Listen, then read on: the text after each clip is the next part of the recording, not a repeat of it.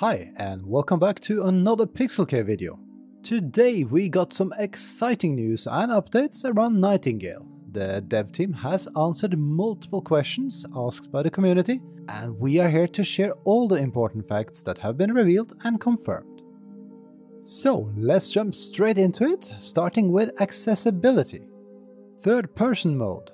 It's now confirmed that the game is, in addition to the first-person mode which has been shown so far, also looking to support a third-person mode, and it should hopefully be ready for early access launch.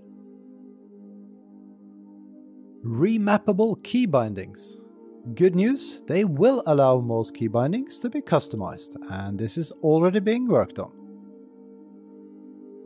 Difficulty options. There are no upfront settings for difficulty, but the difficulty of a realm will be affected by the minor and major realm cards being used to open them, which will also impact the rewards available in the realm. Controller support. Upcoming playtests as well as the early access launch will feature controller support. Next up are building related questions. Will there be a build limit? A build limit has been set for playtests, and so far the limit has not been reached by any player.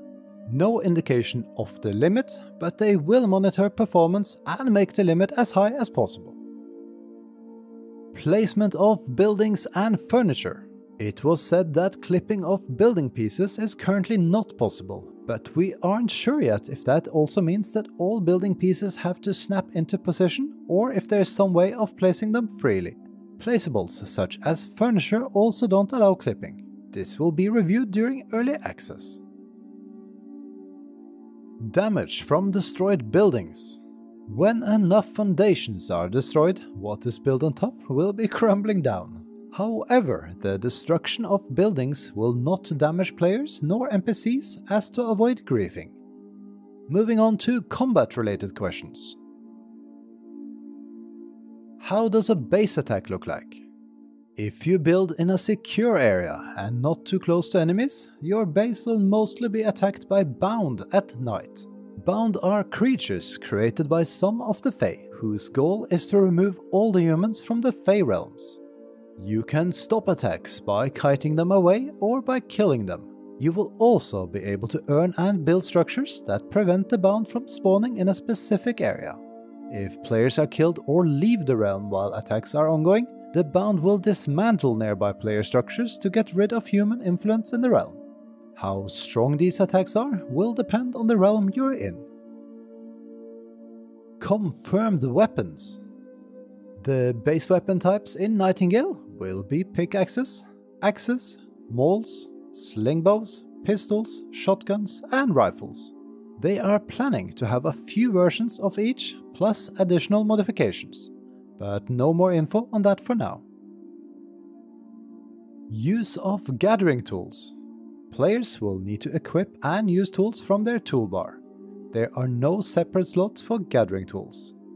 Many tools are also multi-purpose. For instance, they can be used to mine as well to kill, while others will be more specialized weapon-only types. An interesting question about the lore and story. Will the storyline be linear? It has been confirmed that the main story will be linear. All players will experience the same story, but will have the option to choose when to progress with it. And now to a rather odd question. Will there be frogs? One can wonder about the question, but apparently someone in the community really likes frogs, and it's a lighthearted and fun question that even got a response. Yes, it seems that we will be getting something frog related in the game. If that's gonna be cute or deadly remains to be seen. Next up, some realm related questions. Will there be truly peaceful realms?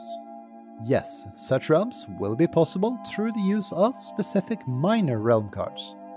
It might not be cards we get from the start, but it will be cards that can be found.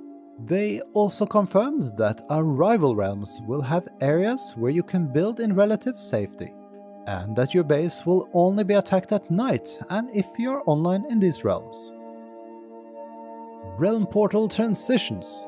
There will be a brief loading screen with special effects and game tips when loading into a new realm. Loading times will most likely depend on your PC specs.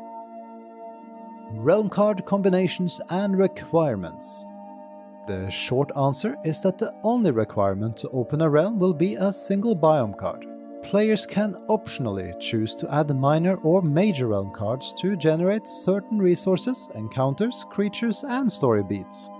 There are some limitations in relation to specific cards. For instance, a Forever Day card cannot be combined with a Forever Night card. They are also looking to playtest another system that will allow players to play more cards and combinations over time, but this was not explained in further details. It might be something new or relate to the possibility of players being able to combine their cards in some way as previously announced. How long do realms last? Respite realms will always exist and be possible to return to. Similarly, other realms that are created will remain available as long as the portal is open. Closing a realm requires an active effort and if done, closes after 10 minutes. If someone is still in that realm, the realm will close 10 minutes after they leave. On to a few questions about multiplayer. Player revival. This was one of our questions and the answer is yes. You don't have to spawn immediately back to your respite realm if you die. There's at least a short window where you are in a down state and can be revived by other players. While expected, that's awesome news as one of the Pixel team, it might be me, tends to die more than average in almost every game. Cross-store play and consoles. Players from Steam and the Epic Games Store can play together. They are separate platforms and profiles though, as in if you own the game on both platforms, you won't be able to jump from the one to the other and continue with the same character. No console news for now, they are 100% focusing on the PC experience. Respite Realm player limits. There will be a player limit to both party sizes and the total occupants in a realm. So for instance, if you invite a friend to your realm and they leave your party, as in you don't kick them, and you then both make new parties larger than the allotted realm player number, someone will need to leave the realm before others can join. More info on this will be shared at a later point, as the system is still work in progress. Next, some specific questions about vehicles in the game. Will there be carts to move resources? No, there is nothing like that planned, at least for the initial early access launch. Will there be vehicles? Like with carts and previous questions in relation to mounts, no, there will be no vehicles for players of any type, at least not in the initial early access. Finally, a couple of miscellaneous questions. Endgame puzzles. The devs can't comment on endgame specifics yet. That said, there are puzzle-like encounters currently in the game, and more puzzles might be added depending on player reactions to those. Will Epic Games have an exclusive? They have no plans for making it an Epic Games exclusive, meaning it should launch on Steam and Epic Games presumably at the same time. And this was the last question and answer in our summary. If you enjoy our content, please give it a like and feel free to share thoughts and questions in the comments. Note that Nightingale is listed as coming soon, with early access launch expected in the first half of this year. Feel free to subscribe to our channel for more Nightingale content.